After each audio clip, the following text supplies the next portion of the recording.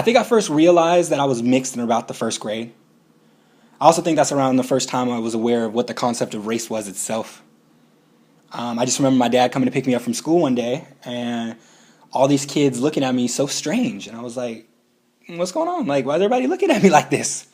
Come to find out, people were trying to figure out who this black man was picking up this, little, what looked to be white boy. As I've gotten older, I definitely say it's been challenging trying to figure out where I fit in society. I feel like our country based so many things around this concept of race, and I'm just caught in this gray area. According to the U.S. Census, we're one of the fastest growing communities in the United States. Yet, from my own personal experience, I don't think we're really looked at as like a true community. I often feel at times we're still forced to have to choose sides when it comes to race. As mixed-race individuals, where exactly is our place in society? Why should I feel discouraged? And why do the shadows come? God, sometimes I forget who I am.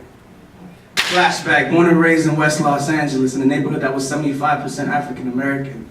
I was told that my blood was a mixture of Chinese and Spanish that made Filipino from an island that was in Asia, but told I was not Asian. Babysat by Hispanic women who spoke Spanish to the children, that included me. Now go ahead and tell me about your identity crisis growing up. I wanted to ask this question to everyone. How many of you have argued with others regarding your identity or your identities? Sometimes it's, I don't know how to identify. Sometimes I've heard the term hapa. Yeah. Sometimes I use the term mixed or whatever, but it's, it's up to the individual and, it shouldn't be guessed. Yeah. I mean, when I was younger, definitely, I had to prove I was either one or the other. Knowing myself now, I probably classify myself as other, just because I'm not necessarily black or just white.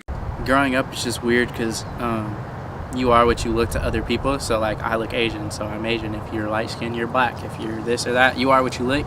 So you kind of get put in a box, and sometimes, I don't know if that's right or wrong. So being a kid, you almost feel like you are one thing than something else because people perceive you as that. When I was 13, I was on a cruise ship with my family on vacation, and then it just hit me wow, I think I'm too white for Asian people and too Asian for white people. Where do I fit? To be honest, whenever I mention that I'm mixed, I find myself having to repeatedly repeat myself what I am. People aren't listening to me. They read me as a lot of times as I'm read as Russian. And which I think is really weird because there's over 200 ethnicities in Russia. I think it just speaks to the complexity that we have to deal with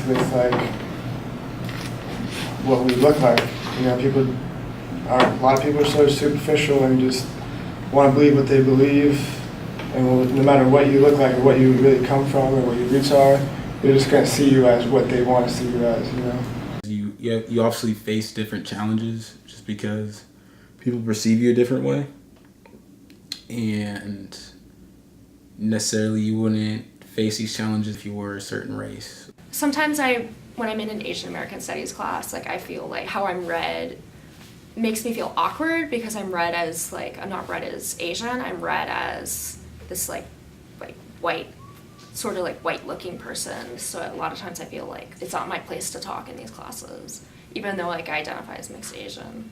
And no matter how, if I desperately feel it, sometimes it's kind of going ups and downs of emotional roller coaster, how I feel, proud to be Irish, proud to be black, and wanting to have that sense of acceptance. But then every time I go to find that sense of acceptance, I'm otherized in both sides, Regardless of if people think because you're maybe not fully identifying with one thing, who are you to say what experiences someone has or doesn't have? And who's to say just because you may have not personally experienced that you don't have any opinion or information on it? Statistically, we are one of the fastest growing communities in the United States, and a lot of people may not identify as mixed because they might identify more with one side, but just as the acknowledgement grows, I think the community will grow. like I used to be desperately trying to find that acceptance, and now I'm just kind of like trying to just accept who I am and be proud that I'm mixed and I can kind of see both sides of whatever you see. I feel like honestly I just try to be myself as much as I can. And that's pretty much all that people should try to do, is just be themselves. Don't try to conform to one race or what people tell you to be. Just do you.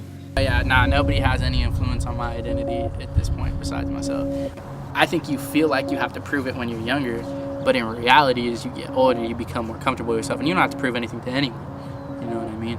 I think the only thing you have to prove is to yourself, and that's the change that I think that if you're multiracial, that's kind of a type of change that you have to deal with or go through, and everybody does on their own terms. Everybody has to do that.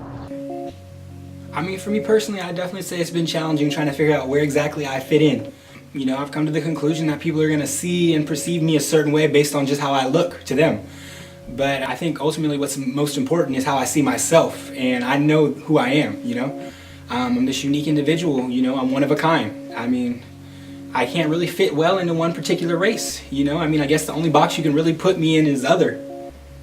That's it. I'm me.